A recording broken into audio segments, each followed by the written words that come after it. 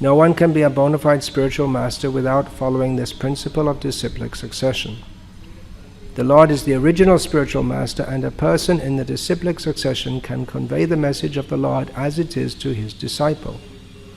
No one can be spiritually realized by manufacturing his own process, as is the fashion of the foolish pretenders. The Bhagavatam says, Dharmang tu sakshad bhagavat pranitam. The path of religion is directly enunciated by the Lord. Therefore, mental speculation or dry arguments cannot help lead one to the right path, nor by independent study of books of knowledge can one progress in spiritual life. One has to approach a bona fide spiritual master to receive the knowledge. Such a spiritual master should be accepted in full surrender, and one should serve the spiritual master like a menial servant without false prestige. Satisfaction of the self-realized spiritual master is the secret of advancement in spiritual life. Inquiries and submission constitute the proper combination for spiritual understanding. Unless there is submission and service, inquiries from the learned spiritual master will not be effective. One must be able to pass the test of the spiritual master, and when he sees the genuine desire of the disciple, he automatically blesses the disciple with genuine spiritual understanding. In this verse, both blind following and absurd inquiries are condemned. Not only should one hear submissively from the spiritual master, but one must also get a clear understanding from him in submission and service and inquiries.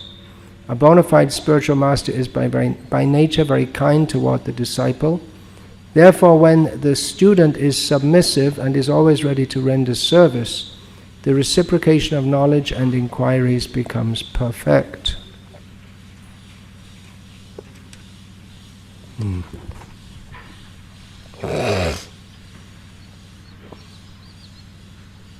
Om Jnana Timirandhasya Jnananjana Shalakaya Chakshurunmilitam Yena Tasmai Shri Gurave Namaha.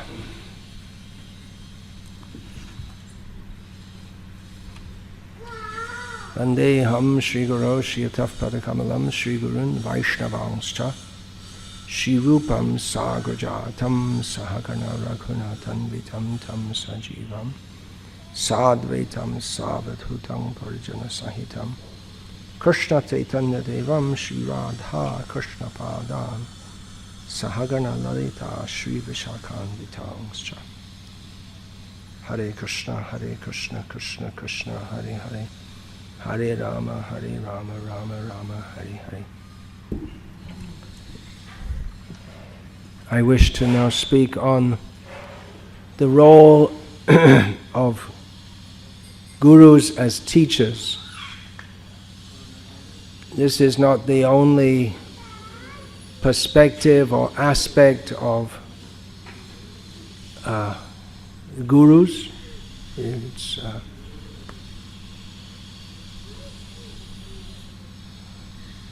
arguably the most important or essential aspect. The topic of Guru Tattva is vast and not very easy to understand, because the Guru is to be considered as God, although he is patently a human being.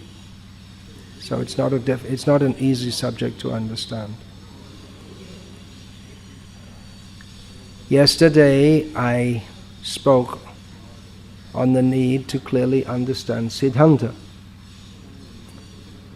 as stated in Sri Chaitanya Charitamrita. Siddhanta bolya chitte na karo alash, yaha hoite Krishna lage sudra ramanosh.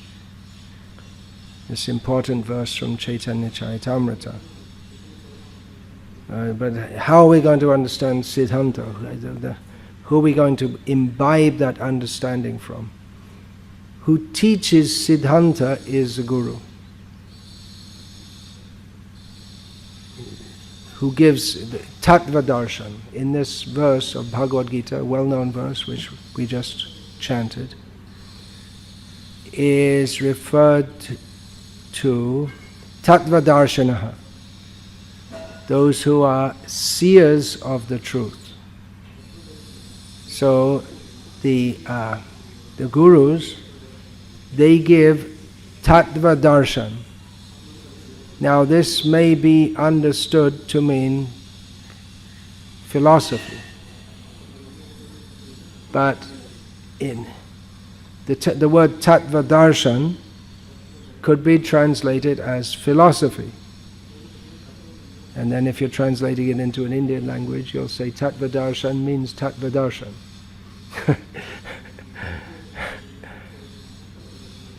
Just like in one purport here it says Buddhi means intelligence. So in the Hindi edition of the Bhagavad Gita it says Buddhi ka arth hai buddhi. So, yeah. You remember reading that?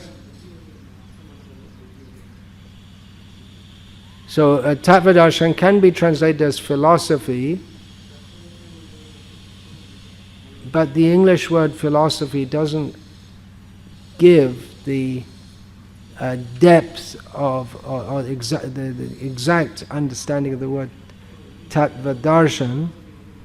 In a general way, it could mean philosophy, a study of the various factors of existence. Tattva could be translated as factors of existence. But in a more complete way, Tattva Darshan means to see everything in proper perspective. So that is synonymous with Siddhanta. Siddhanta is not an intellectual construct, but that the vision by which one sees everything as it is. So Tattva Darshan is more than Tattva Jnana. Here we have Upadekshanti te Jnanam. They will initiate te, you, and Jnanam, Srila Prabhupada translates this here as into knowledge. So initiation means initiation into something. One is initiated for a specific purpose. There are various kinds of initiation. There's sannyas initiation. One is initiated into the vow of sannyas. One is initiated for a sacrifice. The yajaman, the one who is sponsoring the sacrifice and wishes to get the benefit of the sacrifice, is initiated into the. He takes a diksha. Spiritual initiation, of course, Vaishnavi Diksha means to be initiated into Vaishnava Dharma. But here in this chapter, which the subject matter is transcendental knowledge, Krishna is giving the basic understanding of, or in this particular verse, Krishna is giving the basic understanding of initiation as being initiation into knowledge. And Srila Prabhupada translates that, Jnanam, into knowledge, initiation into knowledge. So, in Vaishnava, this, not only in Vaishnava Dharma, but this verse is known not only for Vaishnavas. Ajnana timirandhasya jnananjana shalakaya chakshur militam yena tasmai Sri Gurave Namaha. That the ignorance or lack of knowledge or non-knowledge by which we are in the darkness of ignorance, that is removed by the Guru to whom we offer respects to, because he removes the darkness of ignorance and gives the vision by which we can see things clearly. So this is more than simply accumulating knowledge. One can accumulate facts and figures, There may be scholars in the universities who superficially know the philosophy of bhakti better than many bhaktas. There may be scholars, just like you met in Melkote, who knows the Vaishnava philosophy very well and is renowned as a teacher of Vaishnava philosophy, but who thinks Vivekananda is very good, which means he doesn't understand a single word of what he's teaching. He has no realization whatsoever. So, Tattva Darshan is not the same as Tattva Jnana.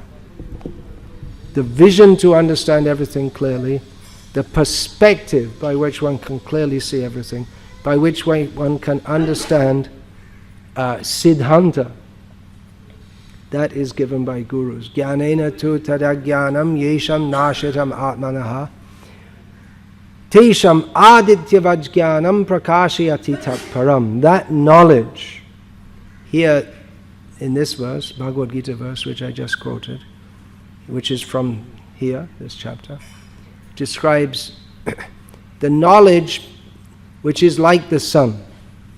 That we are in darkness, and knowledge, it's like the sun illuminates everything. At night, especially yesterday was Amavasya, so it's the darkest night. So in the night time, you can hardly see anything at all. In fact, the fact that we can see anything here at night, on Amavasya night, is because we're close to a city, and there's refracted neon lights. But otherwise, if you get way out in the country, in the mountain range where there's no light from the cities, then on Amavasya night, especially in the rainy season when there are clouds, you just can't see anything. Even your finger in front of your face, you can't, at least that's my experience. Maybe some people have better night vision. But when the sun rises, you can see everything clearly. Everything becomes clear. So it's that kind of knowledge by which we can understand all the tattvas, everything in essence. What is Siddhanta? Everything is understood very clearly. And again, as I said yesterday, it doesn't necessarily depend on being a great scholar. The basic points of Vaishnava philosophy are very simple. I've made a summary of the essence of Vaishnava Siddhanta. Actually, that we have the Dashamula, that's given by Bhaktivinoda Thakur. The basic points we understand. Anyway, I won't go through them now, but I made a quick summary here. We have to understand how great is Krishna, how insignificant is the jiva, how merciful is Krishna to give us the opportunity to serve him, how fortunate I am to have that opportunity, so I should take it seriously and also assist in the mission to make others become fortunate. If anyone understands these points, they understand Vaishnava Siddhanta. So that is the perspective of reality as it is. Now one may say that, well, anyone can read books. There's so many books. Then what do you need a guru for? You can even teach, you read the books and teach them. What do you need a guru for? Srila Prabhupada says that in this purport, nor by independent study of books of knowledge can one progress in spiritual life. And that includes Shastra.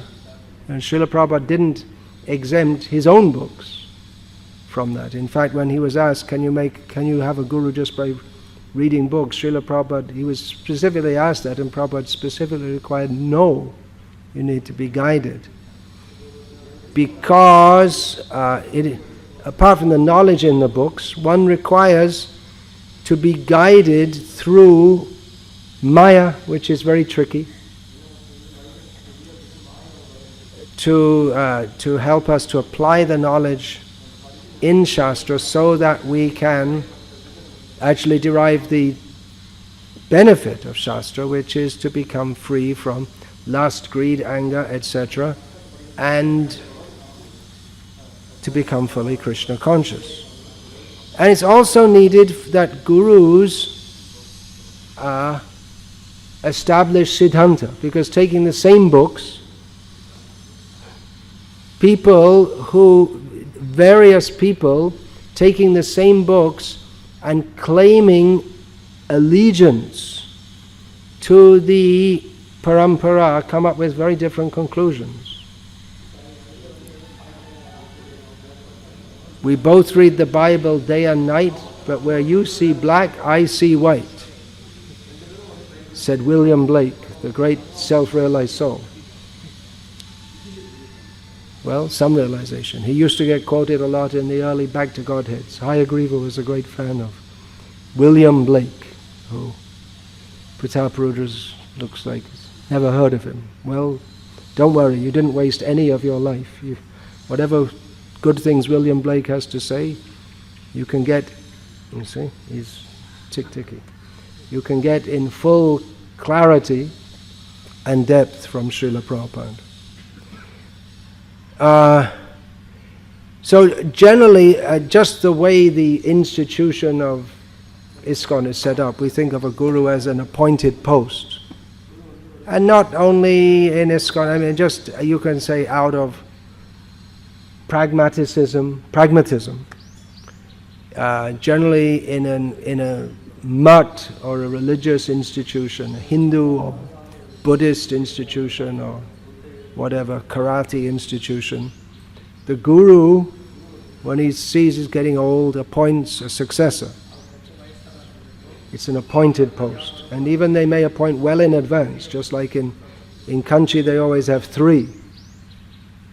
So if something goes wrong with number 2, then there's another one in line. There are always 3 in line. So, and in Udupi also, in the Ashtamat plus how many others? 3 main others. They have the incumbent guru and the upcoming one. It's all lined up. But of course, simply appointment does not make a guru. It doesn't mean that one who is appointed can't be a guru, but really a guru means a teacher. When we think of a guru, traditionally we think of a teacher, more than an administrator, or even more than as a preacher.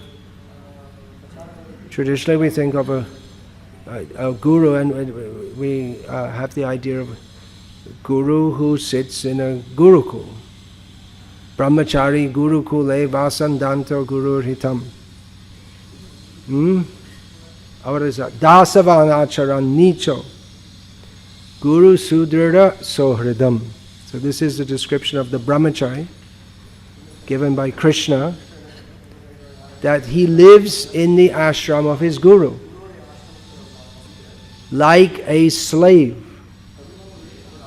with his performs menial services, controlling his senses, and with a strong bond of affection with the guru. So we see that Srila Prabhupada was principally a teacher. Now when we say teacher, when I get back to the point, teacher, in the modern age the word teacher means someone who comes home every day and thanks God he didn't get killed.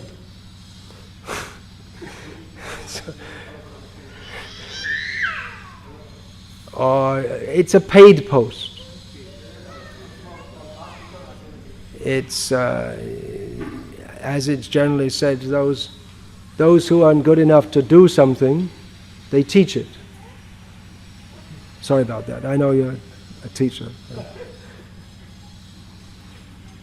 That's, if you're not good enough to be a biologist, then you teach biology, for instance. It's not always true, but often it's true.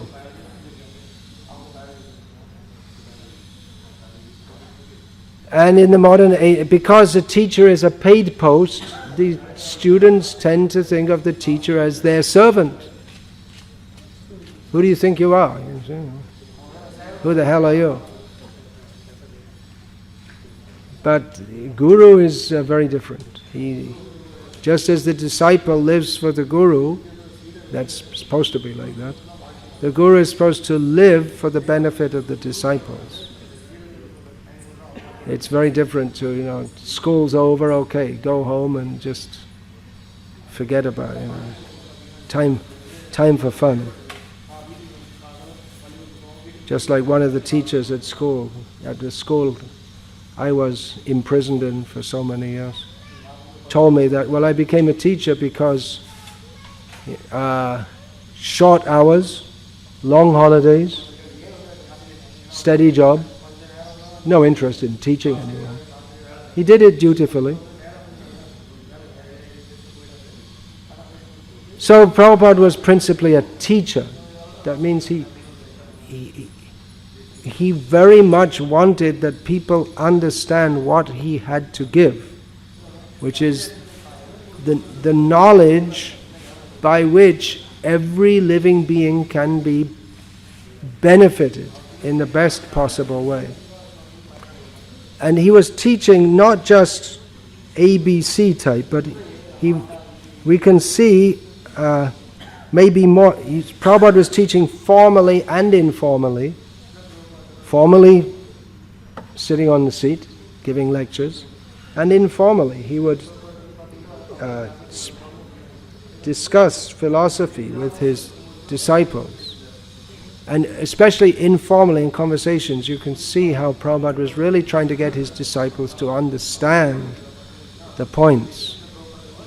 So Guru is a teacher, and actually the role, because the essence of Guruship is teaching, therefore the Shiksha Guru is supposed to be considered more important than the Diksha Guru. Actually, often the two are the same.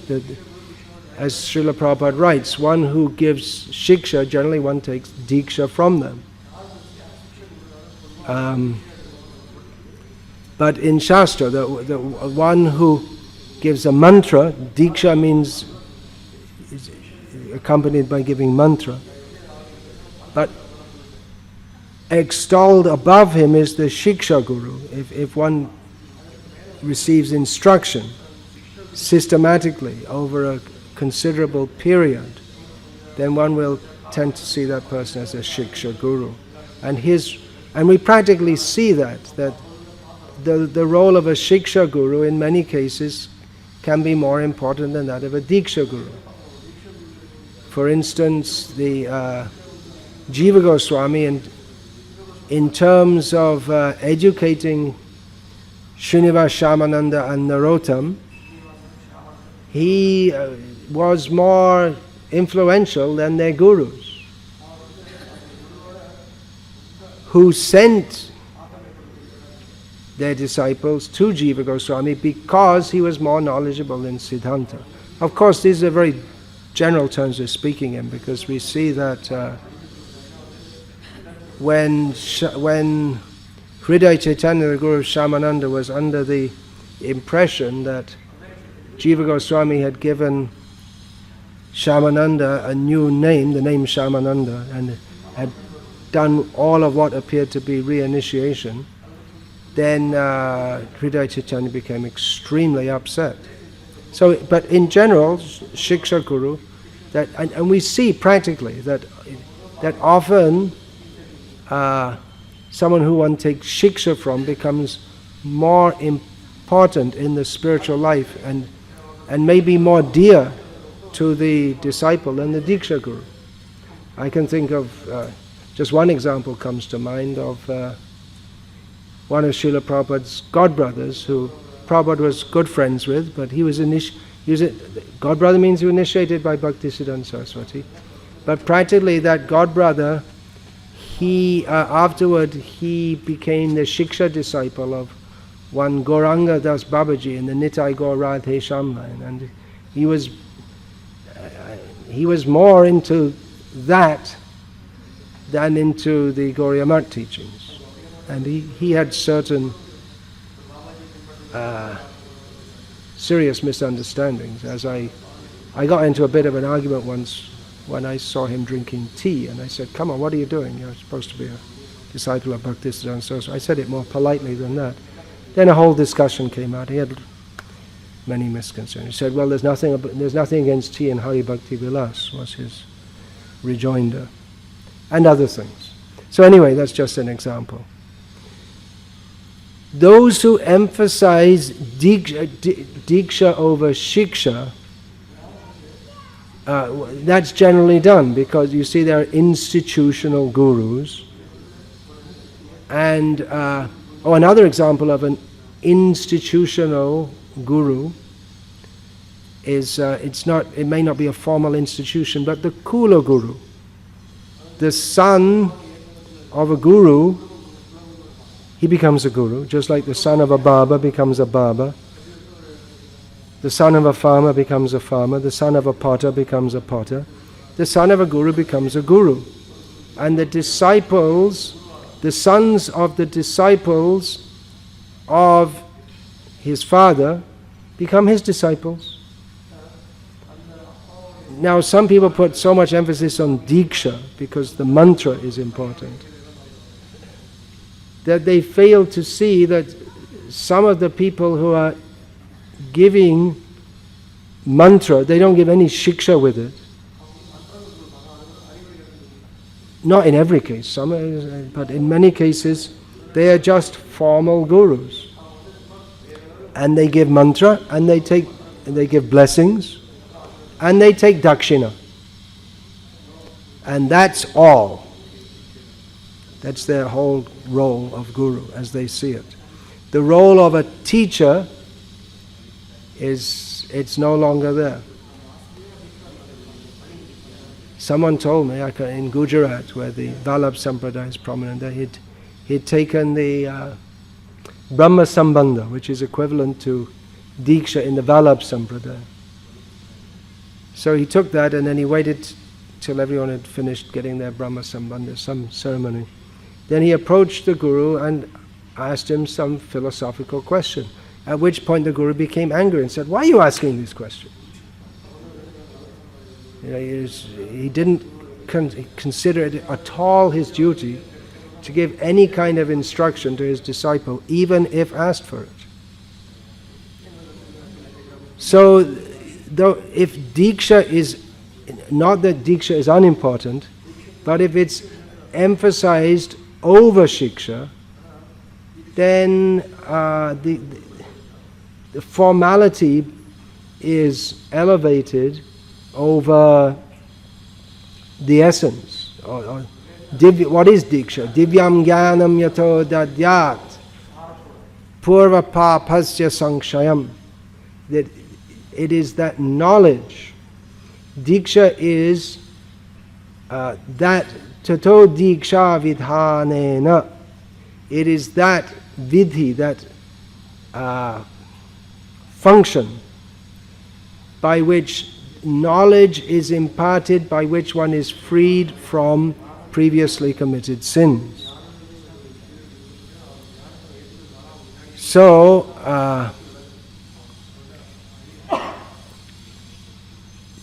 Diksha without Shiksha, or essence of it, which is Shiksha, then naturally everything becomes weak. From the very beginning, because there's no proper teaching, people think like that. And then, everything becomes weak. Here's a quote from Srila Prabhupada. A spiritual master is recognized as an actual guru when it is seen that he has changed the character of his disciples. This is in a purport in connection with Haridas Thakur changing the character of the prostitute who approached him with the intent of making him fall down. So to change the character of the disciples, which means that is possible if disciples can imbibe siddhanta or tattva darshan or understanding of what their role is, which is that they're eternal servants of Krishna. Of course, you can say that, but we see that you can just say it, but we see that Srila Prabhupada, by practice and by precept, precept means by verbal instruction, both by practice and precept, was constantly instructing his disciples that they are eternal servants of Krishna. So it's not just a matter of saying it one time and that's enough, but it has to be emphasized and demonstrated in various ways. Just like Srila Prabhupada said, it's not enough to say how God is great. One has to know how He is great. So to say that we're a servant of Krishna, that's all right, but then all the nuances of understanding that and how it's practically applied, how we can actually serve Krishna when we are free from false ego. What is that? Ahankara hina Gurudev Kripa Bindu Diya. Abhimana Shunya. I know, I'm just forgetting now. So,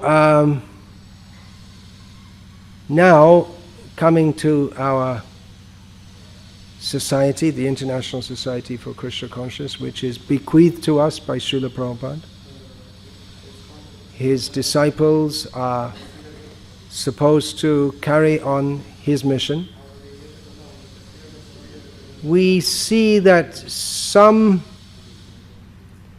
gurus within the International Society for Krishna Consciousness, they do not speak philosophically as Srila Prabhupada did. I'm not saying that they're totally devoid of it, but often classes, it's telling stories or something new, so try to have something new. Maybe they think philosophy is not very interesting or something. And maybe it isn't interesting to a lot of people, but then they're Shudras. So Prabhupada's aim was at least within the centers of the International Society for Krishna Consciousness, the preaching centers, that should be staffed by people of Brahminical disposition who are interested in philosophy, in understanding it. And Srila Prabhupada, and no doubt if he'd have told many stories and jokes and all this, his disciples would have been pleased, but they wouldn't have been able to understand. At least Srila Prabhupada, he set the tenor for the movement as being very grave and very much philosophically based. So do something new, just like, laughing therapy or past life regression therapy, or something new. Always dream up something new. But Srila Prabhupada always emphasized that his very qualification to be a guru was that he didn't give anything new. I have no personal qualification. Famous words of Prabhupada, the most qualified person ever, practically. He said, I have no personal qualification. I simply tried to serve the mission of the previous acharyas. So, then how is a guru understood? Within our movement, of course I'm making a subjective statement here. It's open to discussion. But just like we see, that Prabhupada was very clearly a teacher. But my subjective outlook is that the role of guru in ISKCON today is not generally seen as that of a teacher. As a preacher, yes. It means trying to bring new people in, which is very good. Prabhupada wanted that. But Prabhupada, he also, as well as preaching to outside people and bringing new people in, he spent at least as much time preaching to his own disciples. and trying to get them to understand the philosophy of Krishna consciousness.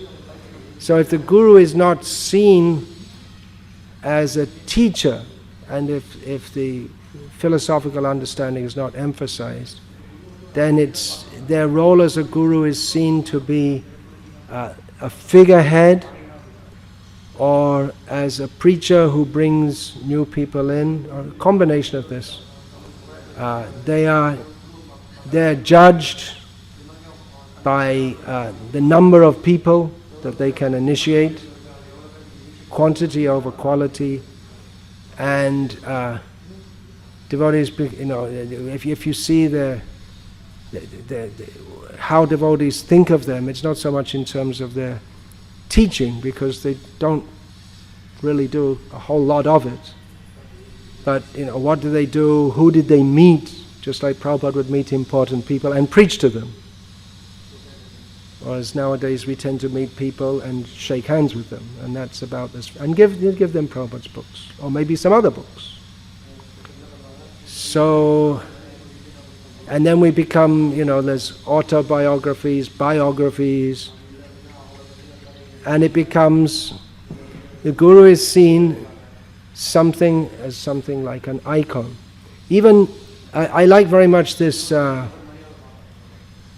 Transcendental Diary of Hari Shari Prabhu, because it gives, of course I'm not saying against Prabhupada Lilamrita, but because it's a day-by-day overview of Prabhupada's activities, and Hari Shari Prabhu did not neglect to include Prabhupada's daily classes in detail, what Prabhupada was teaching, which is, Prabhupada considered very important, that he gave class every day.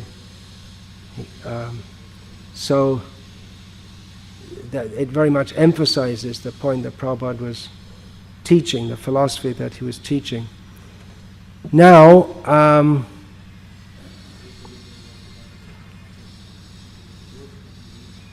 if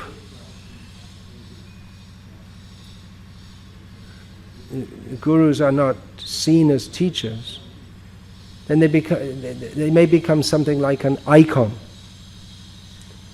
An icon, something like here in India we have someone like Amitabh Bachchan or Sachin Tendulkar, and in the West, Madonna. I guess she's way out of date, but I don't know who the latest ones are.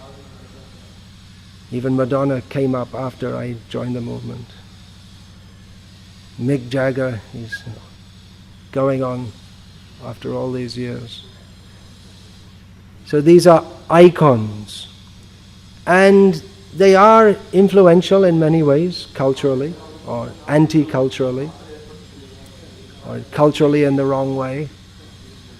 But icon means it's something shallow, adulated by shallow people with nothing significant to offer for the uplift of human society. Now maybe that's a bit of a harsh assessment for the gurus in ISKCON, but if people, I'm not saying that they don't have anything to offer, but if people tend to see them only like the guru, and they have a big kirtan and big foot washing ceremony, these things are all good. But then, what are they teaching? That is the essence. Prabhupada would, have a big kirtan to welcome him, foot washing ceremony. Then he would sit down and speak on the philosophy of Krishna consciousness. So, what is the teaching? Now, it seems that some, I'm not saying all, some of the gurus in our movement do not think it necessary to repeatedly and in detail speak philosophy as Srila Prabhupada did. Therefore, the criteria for being a guru becomes something different. It's like how many how much association he had with Srila Prabhupada,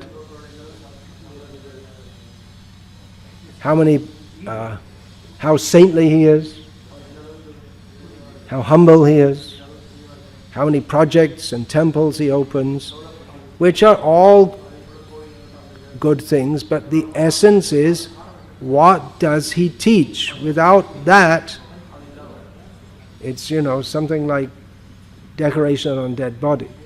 And again, I'm not saying that none of the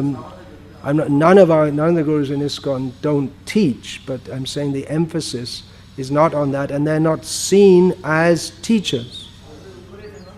They're seen more as dispensers of mercy. So people think, something like the Prakrita Sahajiyas, who think that the guru, he just gives mercy, that's all. Just mercy, just give blessings. Now, because many of the gurus who are supposed to be the spiritual leaders of the society do not teach the philosophy of Krishna. They give lectures regularly, but they don't. In some of them, I don't find the idea to impart spiritual knowledge with the aim of educating the listeners so that they can be. What is that? Siddhanta Balya Chitena Karaha Alash Eha Hoite Krishna Lage Sudri Ramanosh, so that their mind may become firmly attached to Krishna, so that they may become free from anarthas. So because the lectures are often somewhat light, not guru, not heavy. Within our movement, philosophy is seen as something, a philosophical understanding of Krishna consciousness is seen as something which is there if you want it. Optional, not essential. The main thing is have kirtan and mercy and prasadam, and Gaurnitai are very merciful.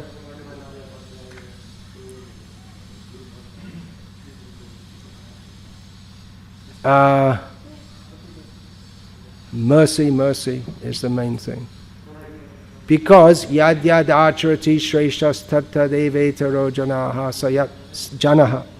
sayat pramanam kurute lokas tadanuvartate. Maybe the gurus are thinking, well, someone else can teach the philosophy, it's straightforward. And others do also, there are Bhakti Shastri courses and this and that. But gurus are especially meant for giving Siddhanta. I mean, guru is a general term which is largely interchangeable with the word acharya. But acharya is often used in a sense that is, you could say, more than guru, in the sense that the acharya gives the Siddhanta. And therefore we have, even though in our Gauriya Sampradaya there have been literally thousands of gurus, some are recognized as the acharyas, specifically as the acharyas of the Sampradaya, because of their philosophical contribution. It's interesting that Krishnadas Kaviraj Goswami is given in the list of Sampradaya acharyas and not Vrindavan Das. Because Krishnadas, he in Chaitanya Charitamrita, in much more detail established the philosophical teachings of Lord Chaitanya, and he not only what are the teachings of Lord Chaitanya, but what is the position of Lord Chaitanya. He established that. The Chaitanya Charitamrita is a much more siddhantic book than is Sri Chaitanya Bhagavat. So, gurus are expected to act as acharyas. The terms are interchangeable to a large extent, but they should at least know the Siddhanta and then impart that to others, and be very clear on the Siddhanta and impart that to others. So, if gurus don't act as acharyas by giving the siddhanta, then the door is open to apasiddhanta. It's always, the gurus are required to give the siddhanta because there are so many wrong ideas floating around, and often wrong ideas seem to be right to people who don't know what is the actual situation or actual understanding. So it's required that gurus very deeply understand and study the teachings of the acharyas and understand them and impart them to others. Now, if the gurus of our movement, they are considered to be the spiritual leaders, but they can be spiritual leaders by giving spiritual teachings. And if they don't do so in an essential manner, in a clear, definitive manner, then others will give their ideas. There seems to be an idea that, well, you shouldn't be controversial, which means that no siddhanta. Srila Prabhupada in his this Siddhanta Balya Chitte Nakara Alash, he translates Siddhanta that one should not avoid such controversial topics. Siddhanta means controversy. Siddhanta is established by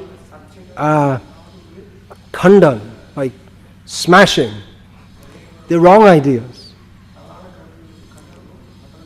So it becomes controversial, and then we have unity in diversity. I guess that's another whole lecture, unity in diversity. But the idea that we all live together and there are different approaches, but that's all right, but some things are wrong. And some things are right. And it is the duty of the acharyas to establish that. Of course, there is some evolving hermeneutic within ISKCON that the GBC is supposed to act as the acharya for the whole society, and wouldn't it be wonderful if they did? It's not such an easy thing when you... I'm not saying this in a pejorative way, but the GBC, being over a worldwide institution, it has clearly a political role also. It unavoidably has a political role. It's like a mixture of Brahminical and Kshatriya duties. So, and now you can get into so many talks. Brahmins are independent, so they can speak the truth. Like Chanakya, he deliberately lived in a cottage, and he didn't take favors from the king. So he could speak the truth. He has nothing to lose, nothing to gain, nothing to lose. Chop off my head? Okay, you can do what you like. But he's just like that quote you sent me, which I'd already included in the book. We're not going to compromise. You have to speak the truth. That's all. So, the leadership, if it's not given by those who are looked to as the natural leaders, then it goes elsewhere, and the teaching is actually done mostly, like I said, it's optional. I mean, there are classes, but the class is not generally considered the high point of any function. It's usually the kirtan and the prasadam and the socializing in any festival. And if the class is considered as a high point, it's because the speaker is known as an attractive speaker. Tells lots of pastimes in which everyone enjoys. They enjoy it. Interestingly, in the Gauriya Math at the time of Saraswati Thakur, they would have many festivals, and the main function in every festival was the speaking. They'd have different devotees speaking in different parts of the mat, and it would just go on all day, speaking. Kirtan, that's kirtan by speaking. So, the leadership goes elsewhere. The teaching, it's optional. You can take a Bhakti Shastri course if you like. But because there's such a hermeneutic or convention is a better word, of being, not treading on anyone's toes and accommodating all different ideas. Therefore, within Bhakti Shastri courses, on any controversial point, they're not able to establish any Siddhanta. And it often seems that they're more comfortable to accommodate the teachings of Krishna consciousness to that of the modern academia, although Srila Prabhupada, his approach was quite the opposite. That the modern academia, they must be misled because Brahm Pramad Vipralipsa Karana Patam. This mistakes, illusion, cheating propensity and imperfect senses. You cannot really know anything, even about the material world. So Srila Prabhupada challenged them, but challenge is a outdated term in our movement. So much of the teaching goes on in our movement, even the supposed teaching of Prabhupada's books, through the lens of anthropology, psychology, and various other relativistic, mundane disciplines, as opposed to Siddhanta. Relativism is exactly opposed to Siddhanta. Siddhanta means this is correct. And relativism means nothing's correct, whatever you like. And the general consensus among scholars at any particular time is taken to be the fact. But it's subject to revision at any time. Quite the opposite to establishment of Siddhanta, which is to understand the points clearly according to Guru, Sadhu and Shastra. Now, this is, what I'm saying is not just some theoretical point, but actually in some of our Bhakti Shastri courses, there are actually required modules from mundane universities in mundane subjects. And to be a sannyasi in ISKCON, you have to have a Bhakti Shastri degree, and probably that's going to come very soon for our gurus. In other words, you have to be well trained in Apasiddhanta, then only you can be a guru. How strange.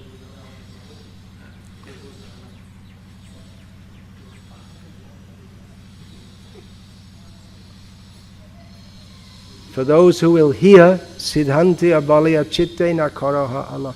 Don't be lazy. It's a kind of laziness to not try to understand Siddhanta very clearly.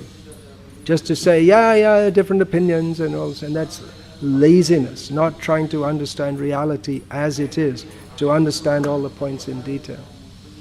Okay, I'll finish there for now. It's 9 o'clock and time for the class is over. I'm sure there could be many questions about this. Shall I take one or two?